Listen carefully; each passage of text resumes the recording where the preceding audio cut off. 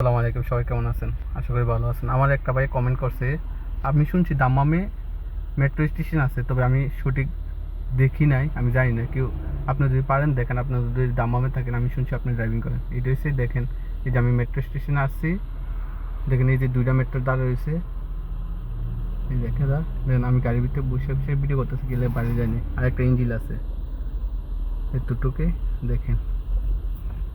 তো এটা হচ্ছে দাম্মামে মেট্রো স্টেশন। আশা করি ভাই কমেন্টের উত্তরটা পাইছেন।